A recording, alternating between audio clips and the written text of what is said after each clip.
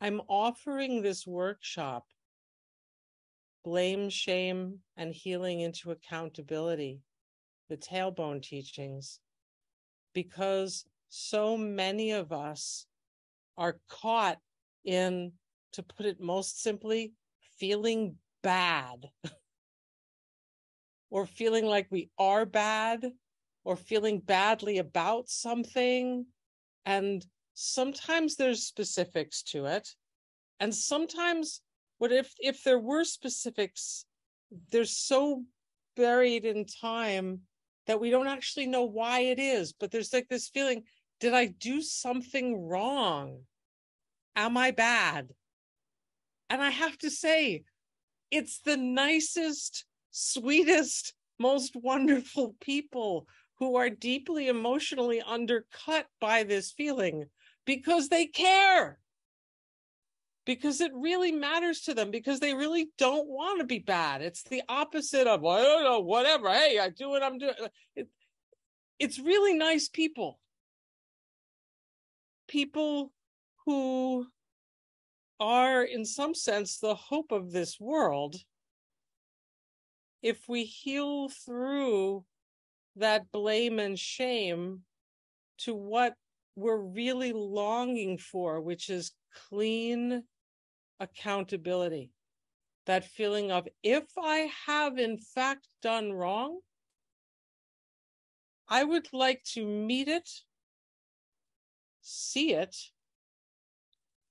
and make amends, so as to walk forward into the future with that clean feeling of having righted our wrongs, having taken our mistakes and learned from them, turned around and gone forward without this shadow of doubt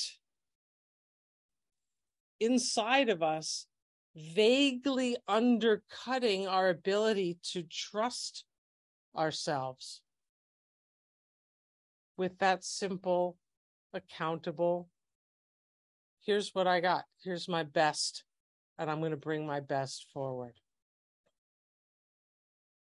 These teachings about blame and shame and guilt physicalize around the tailbone. You might want to feel for where your tail is. It's not just, it's like a little teeny tail. It's a little teeny little tail in there. And believe it or not, in your brain, there's what's called a caudal reflex. There's a part of your brain that is fully equipped to wag your tail, or even to use it like a monkey tail, like a prehensile, like you could pick up a banana with that thing if it were there. But your brain has this place in it that's the tail place. So your tailbone is not an insignificant region of the body. And we can see it in other mammals, most specifically our friends, the dogs. What happens when their tail and tailbone is kind of curled under, like, I'm a bad dog?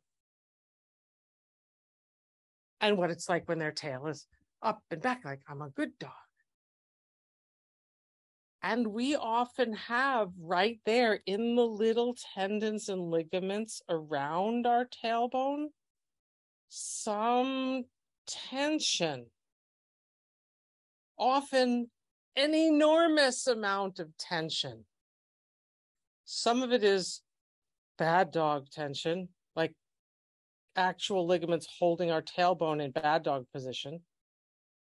Some of it is good dog tension. How dare you say that about me? I'm a good dog. I'm not, no. I'm like that, like, don't tell me I did something wrong. I'm a good dog. And sometimes it's just kind of confused tension. It's just like, am I a good dog or a bad dog? And it gets very tight and complex and matted up and immovable. Well, not permanently immovable. We're actually going to be learning how do we start to open this area in order to be able to free ourselves from good dog or bad dog into a position where our tailbone is free to be a straight, relaxed hang, which is what I call a countable dog, the position that our tailbone is in, pointing down, that allows our spine to know what up feels like. There's an uprightness that comes that allows us to look in the eye, even error, and say, yep, that's a problem, isn't it?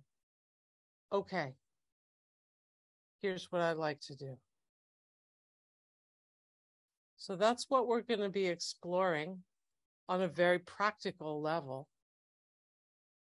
And if you'd like to come join us, please know that there will be both rigor and great, great tenderness in this work.